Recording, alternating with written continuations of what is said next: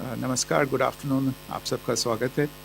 और मैं सबसे पहले अनुरोध करूंगा कर्नल सोफिया कुरैशी से कि वो आपको आज तड़के सवेरे से हुई घटनाओं से अवगत कराएं। Colonel Qureshi. Thank you sir. नमस्कार। 8 से 9 मई 2025 की मध्य रात्रि को पाकिस्तानी सेना ने सैन्य बुनियादी ढांचे को निशाना बनाने के इरादे से पूरी पश्चिमी सेना पर भारतीय वायु क्षेत्र का कई बार उल्लंघन किया। यही नहीं बल्कि पाकिस्तानी सेना ने नियंत्रण रेखा पर भारी कैलिबर वाले हथियारों से गोलीबारी भी की। अंतर्राष्ट्रीय सीमा और नियंत्रण रेखा पर लेह से लेकर सर क्रीक तक 36 स्थानों पर 300 से 400 लगभग ड्रोनों का इस्तेमाल घुसपैठ का प्रयास करने के लिए किया गया। भारतीय सशस्त्र बलों ने काइनेटिक्स व नॉन काइनेटिक साधनों का उपयोग करके इनमें से कई ड्रोन्स को मार गिराया। इतने बड़े पैमाने पर हवाई घुसपैठों का संभावित उद्देश्य वायु रक्षा प्रणालियों का परीक्षण करना और खुफिया जानकारी इकट्ठा करना था। ड्रोन के मलबे की फोरेंसिक जांच की जा रही है। प्रारंभिक रिपोर्ट्स से पता चलता है कि वे तुर्की के असीस गार्ड सोंगर ड्रोन्स हैं। इसके उपरांत रात में पाकिस्तान के एक सशस्त्र यूएवी ने भटिंडा सैन्य स्टेशन को निशाना बनाने की कोशिश भी की, जिसे पकड़ा गया और उसे निष्क्रिय कर दिया गया। पाकिस्तानी हमले के जवाब में पाकिस्तान में 4 हवाई रक्षा स्थलों पर सशस्त्र ड्रोन्स लॉन्च किए गए। इनमें से एक ड्रोन एडी रडार को नष्ट करने में सक्षम रहा। पाकिस्तान ने जम्मू कश्मीर के तंगधार, उरी, पुंछ, मेंढर, राजौरी, अखनूर और उधमपुर में भारी कैलिबर आर्टिलरी गन और सशस्त्र ड्रोन्स का उपयोग करके नियंत्रण रेखा के पार गोलीबारी भी की, जिसके परिणाम स्वरूप भारतीय सेना के कुछ जवान हताहत हुए और घायल हुए। भारतीय जवाबी कार्रवाई में पाकिस्तानी सेना को भी बड़ा नुकसान पहुंचाया गया। इसके अलावा पाकिस्तान का गैर जिम्मेदाराना व्यवहार फिर से सामने आया। 7 मई 2025 को रात 8:30 बजे एक असफल अकारण ड्रोन और मिसाइल हमला करने के बावजूद पाकिस्तान ने अपना नागरिक हवाई क्षेत्र बंद नहीं किया। पाकिस्तान अपने नागरिक विमानों को ढाल के रूप में इस्तेमाल कर रहा है, जबकि उसे अच्छी तरह से पता है कि भारत पर उसके हमले से हवाई रक्षा की तीव्र प्रतिक्रिया होगी। यह भारत और पाकिस्तान के बीच अंतर्राष्ट्रीय सीमा के पास उड़ान भरने वाले अंतर्राष्ट्रीय उड़ानों सहित नागरिक विमानों के लिए सुरक्षित नहीं है। यहाँ स्क्रीन शॉट में पंजाब सेक्टर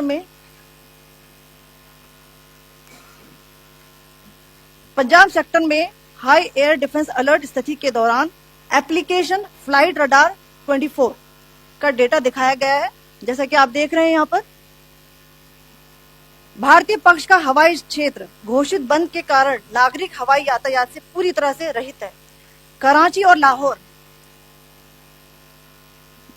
के बीच के हवाई अड्डे मार्ग पर नागरिक एयरलाइंस उड़ान भर रही है। हाई अलर्ट किया गया है विमान फ्लाइनेस एविएशन का एयरबस 320, जैसा कि आप यहां देख रहे हैं, जो कि शाम को 5:50 बजे दमम से शुरू हुआ और रात को 9:10 बजे लाहौर में उतरा। ये सारा डिटेल्स आप यहां देख रहे हैं। ये डिटेल्स यहां लिखा हुआ है। Can you see this?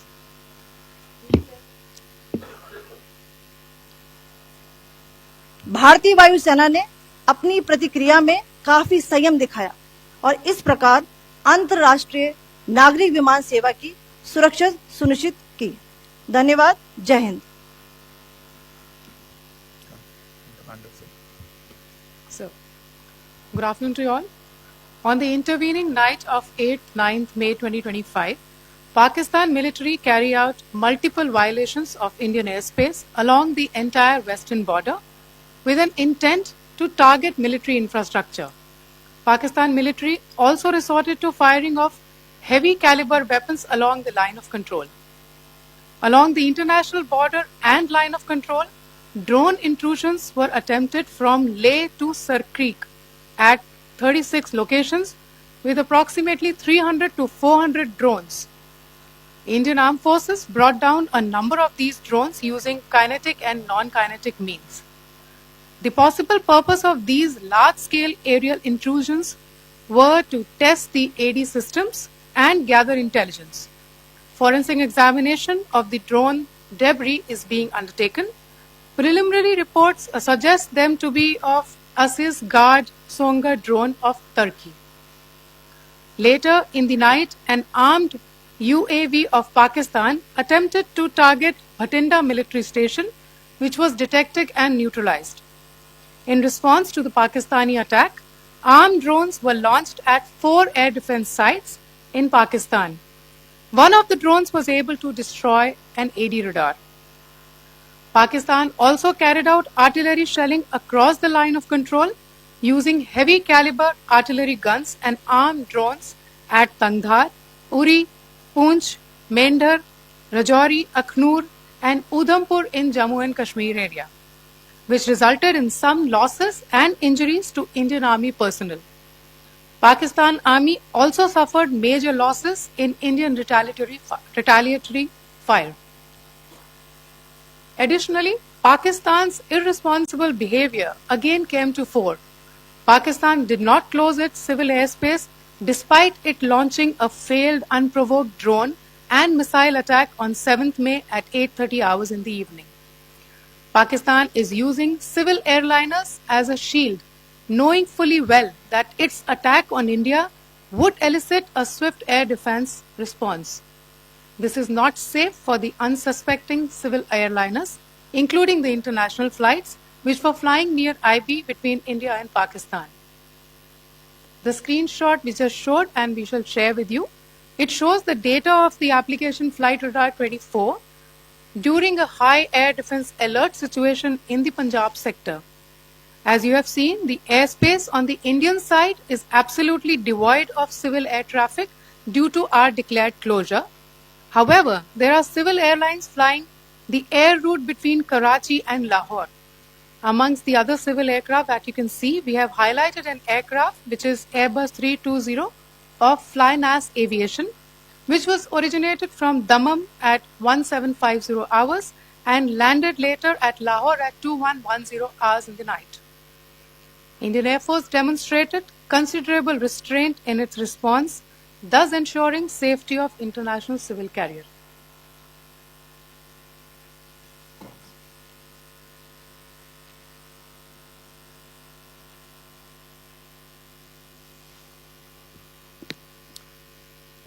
Thank you, Colonel Qureshi, Wing Commander Singh. I have just a few points to share in addition. कल रात की पाकिस्तानी सेना की कायरतापूर्ण गतिविधियों से आपको कर्नल कुरैशी और विंग कमांडर सिंह ने पहले ही अवगत करा दिया गया है.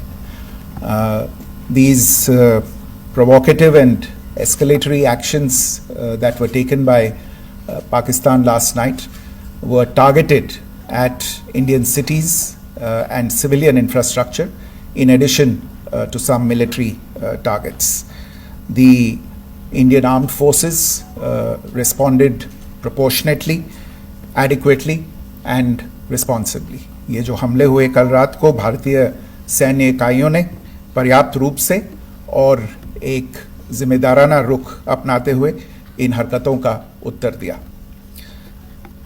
What I want to underline is that the official and blatantly farcical denial of these attacks that Pakistan carried out by the Pakistani state machinery is yet another example of their duplicity and the new depths that they are plumbing in their quest for disinformation.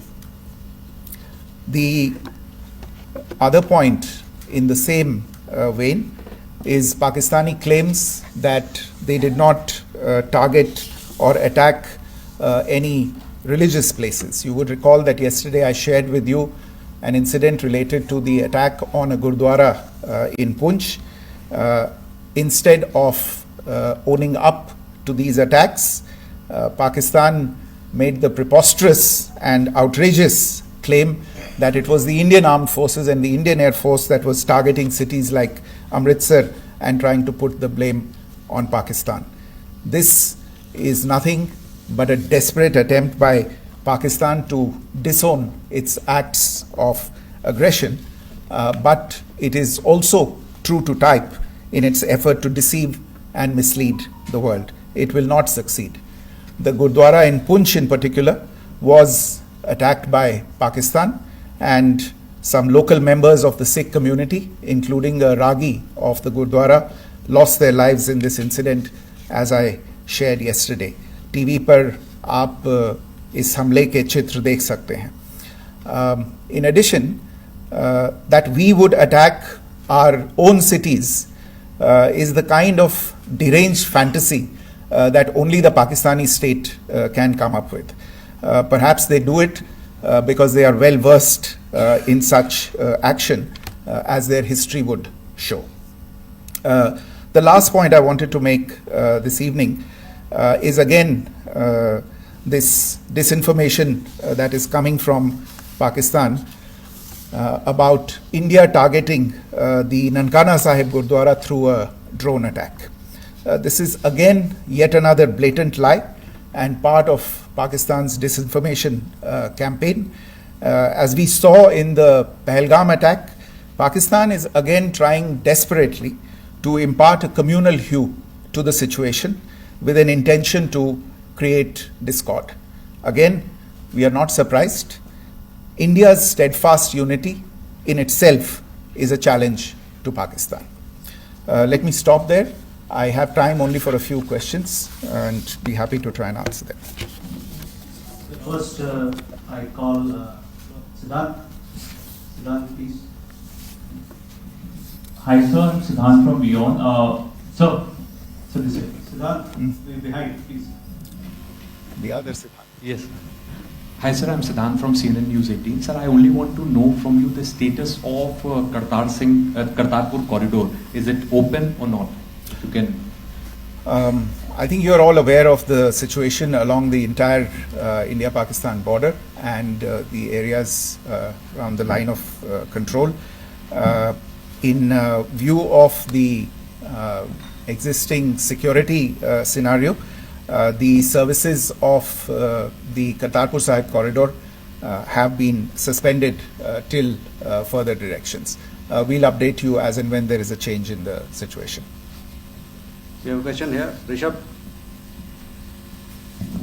So, good evening, Rishabh from Times Now. So, you spoke about religious places being hit in Jammu. There's another religious place which is a Carmelite nun church that has been hit. What do you have to say about it, if you can explain that to us? Yeah, actually, we do have some information about this extremely regrettable and condemnable incident. During heavy shelling across the line of control in the early morning of 7th May, a shell fired from Pakistan landed just behind the Christ School run by the Carmelites of Mary Immaculate congregation in Puj. Tragically, the shell fired from Pakistan hit the home of 2 students of the Christ School. Both students unfortunately lost their lives and their parents were severely injured. Another Pakistani shell struck a Christian convent of nuns belonging to the congregation of the Mother of Carmel, damaging water tanks and destroying solar panel infrastructure. Several priests, nuns, school staff and local residents took refuge in an underground hall beneath the Christ School during the shelling by Pakistan.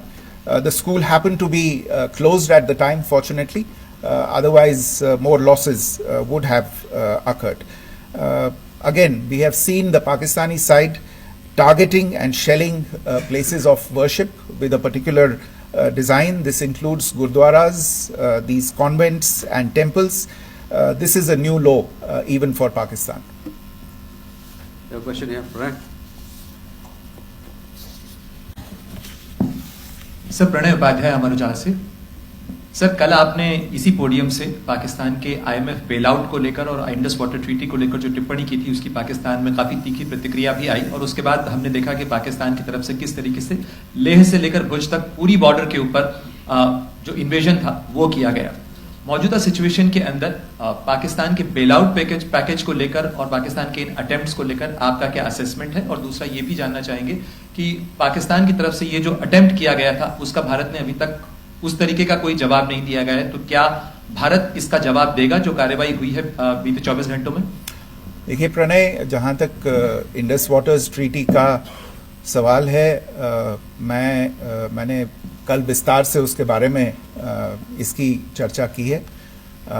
Indus waters treaty is in abeyance and as such I have nothing further to add to the decision that was announced by the cabinet committee on security. जहाँ तक IMF bailout का सवाल है, आपको ज्ञान होगा कि IMF की आज मीटिंग हो रही है। हम वहाँ पे अपना पक्ष रखेंगे और जो हमारा मत है इन चीज़ों को लेके वहाँ पे साझा करेंगे दूसरे मेंबर्स के साथ। ये बोर्ड पे निर्भर है कि वहाँ पे क्या निर्णय होता है। और जहाँ तक जो कार्रवाई हुई है उसका जवाब देने का जो आपने जो प्रश्न उठाया है, जो आज ब्रीफिंग हुई है, जो आपको सूचना मिली है, मैंने भी कहा है कि जो आज सवेरे तड़के सवेरे जो गतिविधियां हुई, भारत ने उनका एक जिम्मेदाराना पूर्ण तरीके से और एक पर्याप्त तरीके से उसका जवाब दे दिया है। सिद्धांत। Hi sir, Siddhant from Beyond. Sir, the External Affairs Minister has spoken to many of his counterparts around the world. Yesterday he spoke to the US Secretary of State Marco Rubio. So what were the key areas of conversations during that call? Yes, the minister had a conversation with the US Secretary of State. As you can imagine, the focus of discussions was the terrorist attack in Pahalgam and the response that India mounted after that on the 7th of May. The Secretary of State shared his thoughts on these developments with the minister. The minister deeply appreciated the US's commitment to work with India in the fight against terrorism, and he also underlined the targeted measures that India had taken in connection with Ops Sindoor. The minister also underlined that India would firmly counter any attempts at escalation from there. But in follow-up to that, as you are aware, there have been a number of other conversations. The minister had a conversation with the UK Foreign Secretary, David Lammy, today. There too, the discussion centered around countering terrorism, for which there must be zero tolerance. And I understand just a short while ago, the External Affairs Minister has also spoken to the Foreign Minister of Norway, Espen Barth Eide, which was also focused on recent developments stemming from the terrorist act in Pahalgam. One last question, Sudhi. Sir, Foreign Secretary, thank you for doing this. Sudhi Ranjan from Bloomberg. Foreign Secretary, India had struck Bahawalpur the other day, which is also connected with the murder of one of us, journalist Daniel Pearl. If you could give us an understanding of what exactly are the reports that you're getting. You're right. Bahawalpur is the headquarters of the Jaish-e-Mohammed terrorist group that is proscribed by the United Nations. Its leader, Maulana Masood Azhar, is a proscribed individual. It is, you brought up the connection with the tragic death or killing of Daniel Pearl of the Wall Street Journal. The Jaish-e-Mohammed was in some way directly or indirectly responsible for the death of Daniel Pearl. But the real connection is through Ahmed Omar Saeed Sheikh, the British Pakistani jihadi who was held in India, but was finally released in 2000, and he was the person who lured Daniel Pearl to his eventually leading to his murder. So these are all obviously connected figures, connected individuals, connected institutions, and the attack on Bahawalpur, on that facility of the Jaish-e-Mohammed in Bahawalpur is, I would imagine, a fitting part of this unfortunate incident. Thank you all. Thank you, sir. With that, we come to the closure of this press briefing. Thank you very much.